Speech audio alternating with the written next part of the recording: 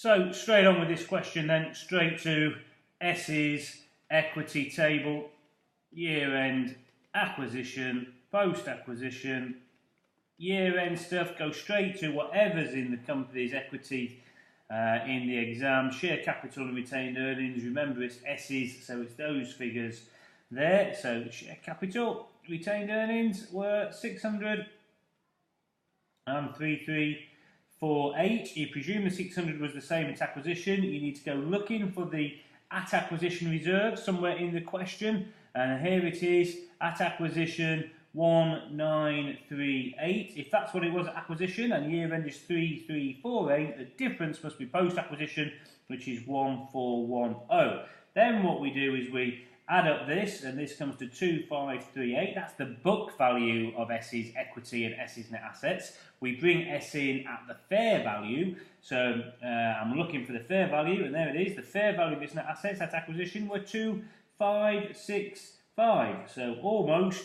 but a slight adjustment needed then of, what's that, 27 is it? Something like that, I think. Yeah, that looks good to me. So 27. PPE, it's caused by, with a 4-year useful economic life, so I've got 27 adjustment over 4 years. I bought it 2 years ago, so the depreciation would be 13.5. I'll call that, what should I call it? I'll call it 14, okay, and therefore we'll put 13 on there. And so let's go put the 13, the 27 minus the 14 depreciation. The 13 goes, not the 13, I've forgotten, yes, the 13 goes there. And then finally, I add this down. So 1410 minus the 14 is 1396. So far, so jolly well good. Right, now I can crack on with my goodwill working, which is the fair value of consideration. It's the fair value of NCI, because you would check this, that it was the fair value of NCI method, but I know it is. And the fair value of net assets acquired at the date of acquisition, I know that's 2565. So 2565, I then go hunting for the fair value of NCI. It must tell me somewhere.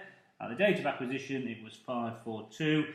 And the fair value of what I paid, it must be told somewhere, was 2195. So if I add all that down, then my goodwill will come to 172, I think. Okay, so if goodwill comes to 172, then what I need to do is because it's a further addition, I need to check when the further addition happened, again, before any goodwill impaired. So before any goodwill impaired. So let's do the NCI then first, before the goodwill as well. So at acquisition, I just drop this down, so that's 542.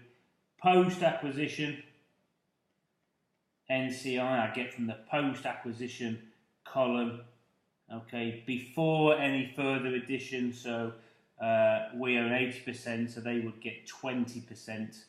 So 20% of 1396 is about 279.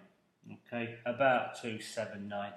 And that's it so far. So I'll just add that up. 700, 821, I think. So, yeah, looks good to me, I think. Yeah, so 821. Now I can work out this further addition. I'll just give myself a little bit of room. So this further addition, I need to compare, on a further addition, I need to compare what I paid for it, which is the fair value of what I paid for the extra, so I need to go find that out. The fair value of consideration of what I paid, which is 805, and I paid it for 10%. So I paid 805. At the date, NCI was 821. And that 821 here, that equals 20%, isn't it? And I'm acquiring another 10. So I take the 821 and I times it by 10 over 20, which gives me more or less 410. So NCI will fall by 410. Oops. So that means I've made a big loss. I paid 805 for something that's only worth 410.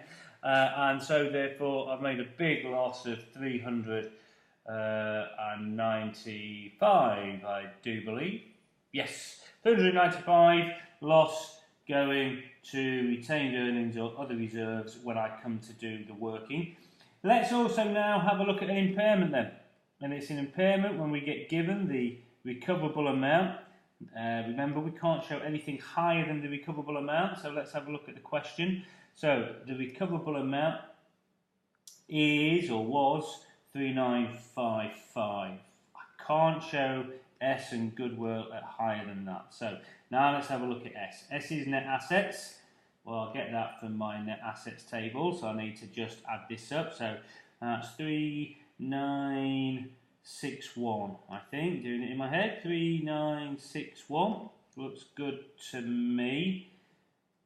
3961. Add on the goodwill before the impairment happened, which is 172 here. Add those two together then, and I get, what do I get? I get 4,133. Okay, 4,133. I need to compare that to the recoverable amount. It's too high, so I need to take it down by the difference between those two.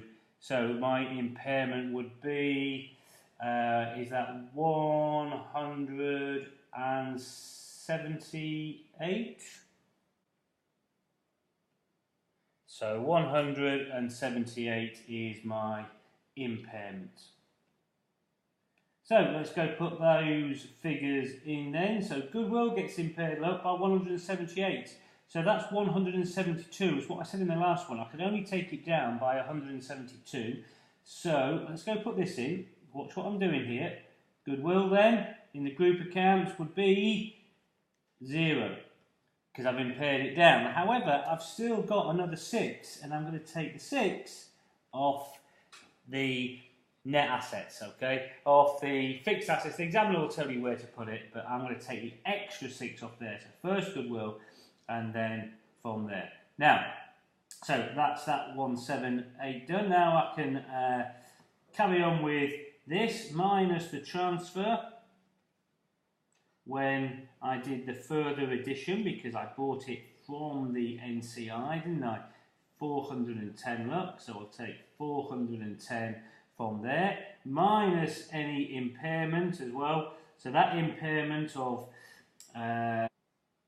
176, was it 176? Of 178, 10% then.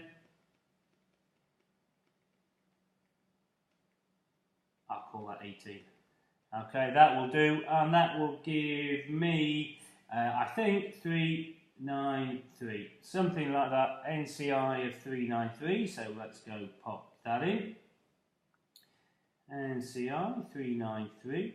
Now, finally then, I need to do my retained earnings working. So my retained earnings, I take all of H as normal. So all of H, 7097. Then I want my loss on the further addition that I calculated. Remember, this could go to other reserves. I'm putting it into retained earnings though. Here we go, 395. Then I want my share of S since I bought it. So 20% there, 80% there. 80% of 1396 is more or less 1117. And then less any impairment as well. So the impairment, 10% of the 178 there, so we get 90% of the 178, which is about 160. And if you did all that and you had room, you will get 7659. Hope you're following this. I know it gets a bit messy. In your exam, try and do the workings as clear as you possibly can. I try to keep them close so I can show you the arrows, I can show you where the figures are coming from. Obviously, you don't have to do that in the exam. So 7659. And then it's just a case of finishing it all off, isn't it? So what have we got? We've got 9172. So 9172. Then we have 3937659 and share capital of 1120. Yeah, that looks like it balances. Perfect. That's how you do it then. Now let's go have a look at a proper past exam question.